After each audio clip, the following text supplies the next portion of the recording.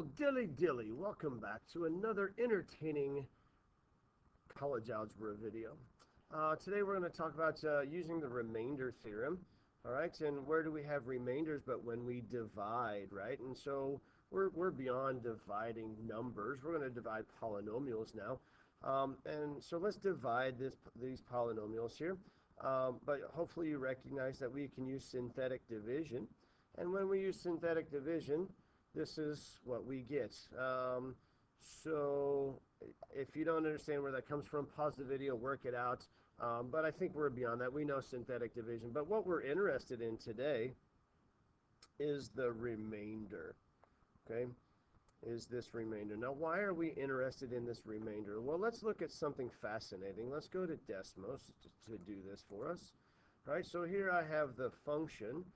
And when we plug in 2, right, notice what happens. We get 8. Now, why did we plug in 2? Let's go back to our original question. Right? Notice x minus h, right? X minus h. And that is 2 right there.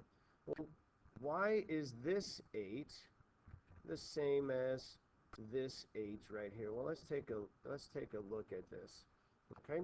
So when we divide, all right, we get a polynomial. We get 5x squared plus 2x plus 6 plus the remainder 8 over x minus 2, right? And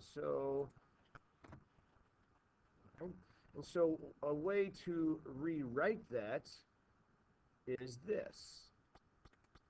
What I'm going to do is I'm going to multiply both sides by x minus 2. All right, so I'm going to take all of this here and multiply it by x minus 2. And this divides out, and this divides out, and the result is this. So notice now what happens, all right, the x minus 2's, sorry, that's bad. I have to distribute the x minus 2 times all of these, right? And that's this part right here.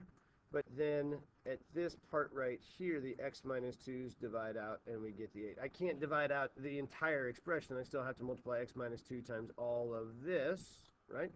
And so what I get is this right here. If that doesn't make sense to you, please pause it, multiply out what I've underlined in purple, and then add 8. Okay? Now moving forward, okay, my question is, oh, that's not what I wanted. What happens when I plug in x equals 2? Okay, what happened? Because that's what I did over here, right? We plugged in 2 and we got 8. Well, what happens when we plug in 2? Okay, so we don't know necessarily what happens here. We could calculate it pretty quickly. But notice when I plug in 2 here, when x equals 2, this becomes 0. So whatever this is, all right, whatever this is multiplied by 0. And so all that's left is 8.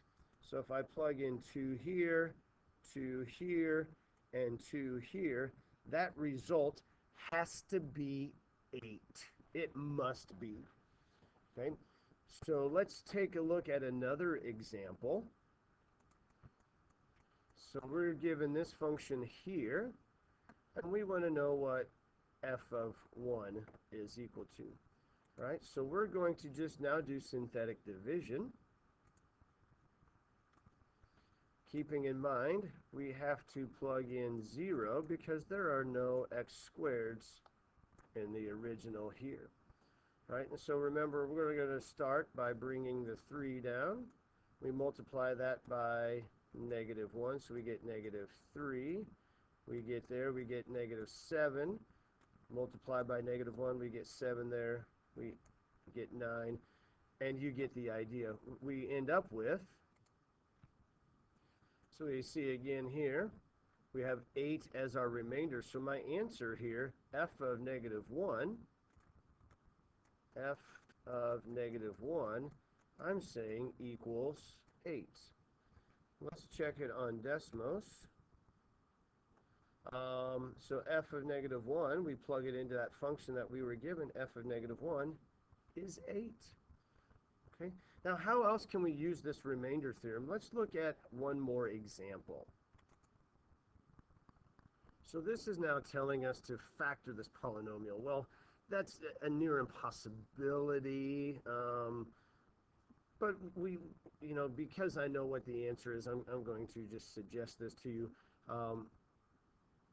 In reality, we're going to have to try a lot of numbers here, but what we're going to do is we know, or because I know the answer, that negative 2 is a root. If I plug in negative 2 by synthetic division here, I get that f of negative 2, all right, here what this says, right, f of negative 2 equals 0. So if I plug negative 2 in there, we get that it's equal to 0. But that's not what it wants us to do. It wants us to factor, right?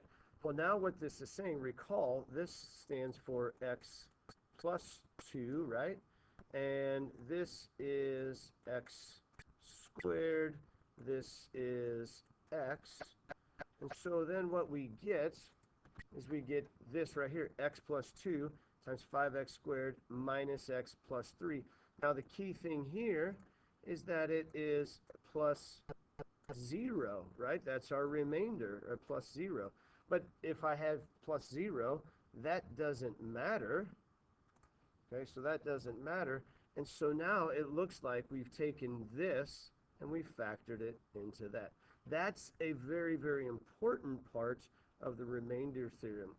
Okay, so we've looked at a lot of different things, different ways to use synthetic division today, different ways to look at remainders, and how we're going to use them. So we're going to do a lot more examples in class, obviously, but we'll hopefully get this all ironed out there. So, hey guys, I appreciate you watching. Leave a comment, private comment, so I know you watched the video. Tell me something you learned in this short video. We'll see you later.